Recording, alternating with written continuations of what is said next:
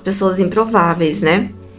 E existe muito caso de pessoas que elas não querem frequentar a igreja porque elas passaram muitas frustrações, então ela acaba preferindo viver para Deus dentro da própria casa, buscar dentro de casa, buscar sua intimidade. É pecado? Não é pecado. Devemos buscar em casa primeiramente para depois buscar na igreja, né?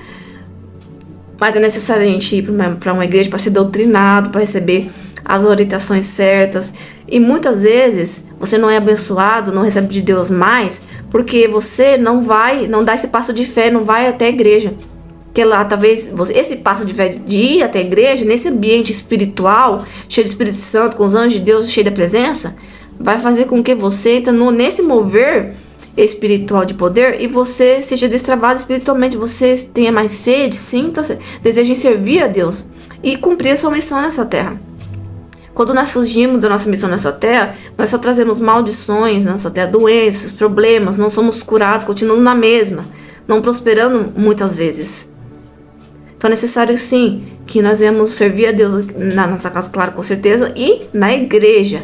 Mas o que as pessoas têm passado é evitar de ir na igreja porque elas passam muitas frustrações. Ao invés de as pessoas acolher, elas são perseguidas, são julgadas, elas são desprezadas, fazem acepção muitas vezes.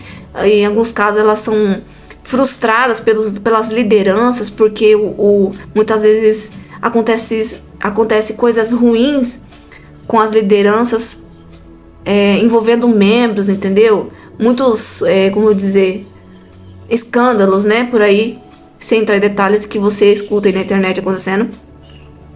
E às vezes aconteceu com a própria pessoa, né? E a pessoa não quer mais pisar nas igrejas, acaba servindo a Deus dentro de casa. Então o que eu quero te falar pra você, não existe uma igreja perfeita, não existem pessoas perfeitas.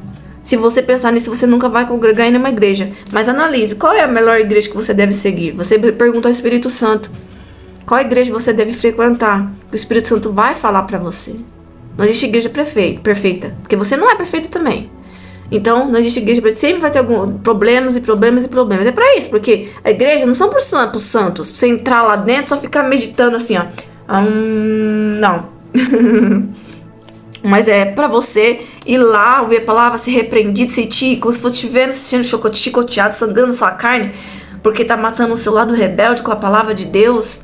Você também vai estar lá se edificando. Você está se curando, se edificando, buscando a sua salvação eterna ali. Então é só pros pecadores, pros imperfeitos a igreja.